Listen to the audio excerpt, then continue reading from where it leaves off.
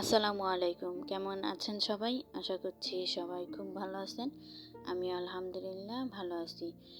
এই তো আজকে হচ্ছে মনটা ভীষণ খারাপ। তার কারণ হচ্ছে বড় যে হাঁসটা ছোটবেলার থেকে আমি হচ্ছে লালন পালন করে বড় করেছি। তো এই হাঁসটা হচ্ছে আজকে কেটে ফেলবো। তার কারণ হচ্ছে এই হাঁসটা আটকিয়ে রাখতে রাখতে এখন কিচ্ছু খায় না।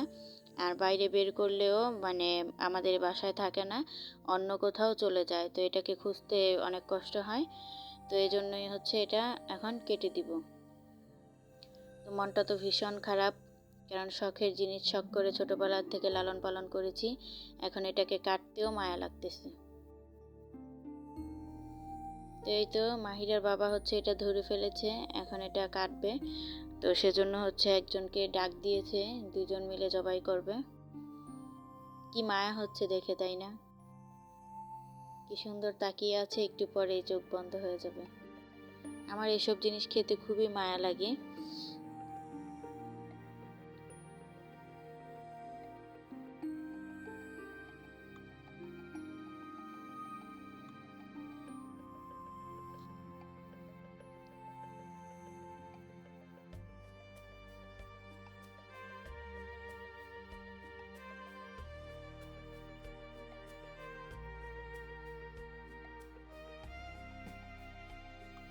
দেখেন হাঁসটা কিভাবে হাত পা আঁচড়াচ্ছে, মনে হচ্ছে ও নিজেই বুঝে গিয়েছে যে আজকে ওর শেষ দিন, একটু পরেই ওকে জবাই করে ফেলা হবে।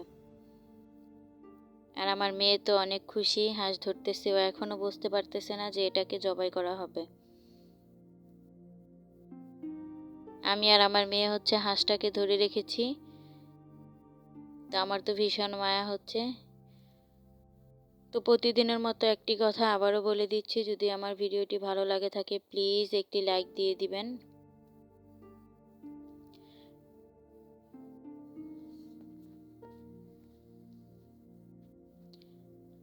আর যারা আমার ভিডিওটি দেখছেন তাদেরকে বলতেছি প্লিজ আমার চ্যানেলটিকে সাবস্ক্রাইব করে দিবেন।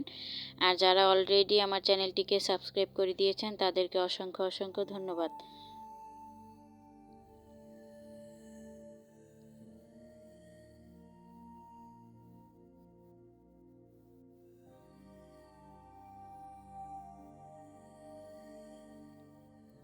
তো আমি হচ্ছে হাঁসের সঙ্গে আরেকটি হাঁস, দুইটা হাঁস কিনে এনেছিলাম ছোট্ট।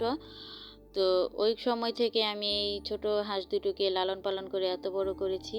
তো একটি হাঁস হচ্ছে চলে গিয়েছে, চলে গিয়েছে না, শিয়ালে খেয়ে ফেলেছে বলতে পারি না, কিন্তু নাই, এখন ওই হাঁসটা আর আসেনি বাসায়।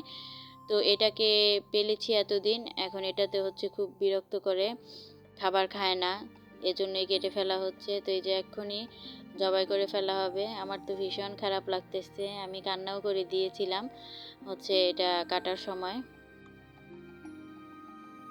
প্রচণ্ড পরিমাণে রক্ত, কি রক্ত যে বের হয়েছে, আসলে হাঁসে প্রচণ্ড পরিমাণে রক্ত থাকে।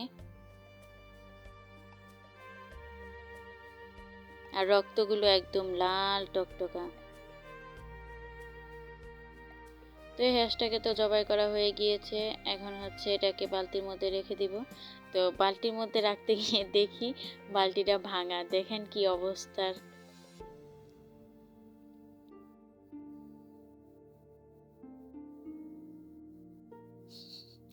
ওই যে এখন হচ্ছে হাঁসটা বের হয়ে যাচ্ছিল, তো পরে মাহিরার বাবা বলতেছে আল্লাহ এটা তো ভাঙা।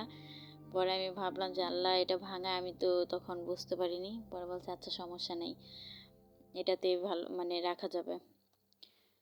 তো এই তো ওইখান থেকে নিয়ে এসেছি, এখন হচ্ছে হাঁসটাকে বেছে নেওয়ার পালা। তো আমার মাহিরার বাবা বলতেছে যে হাঁসটা আমি বেছে দেই, তুমি রান্না করো, কারণ আমার হচ্ছে দুপুর টাইম, এখন রান্না করতে হবে সেজন্য। তো আমি হচ্ছে এদিকে গরম পানি করে দিয়েছিলাম, আর গরম পানি দিয়ে ভিজিয়ে দিয়েছি। তারপরে হচ্ছে মাহিরার বাবা আস্তে আস্তে বেছে নিচ্ছে। মাঝে আমিও বাছতে চলে এসেছিলাম, কারণ একা একা দেখতেছিলাম যে মাহিরার বাবা পারতেছে না, তো তখন আমিও করে দিচ্ছিলাম।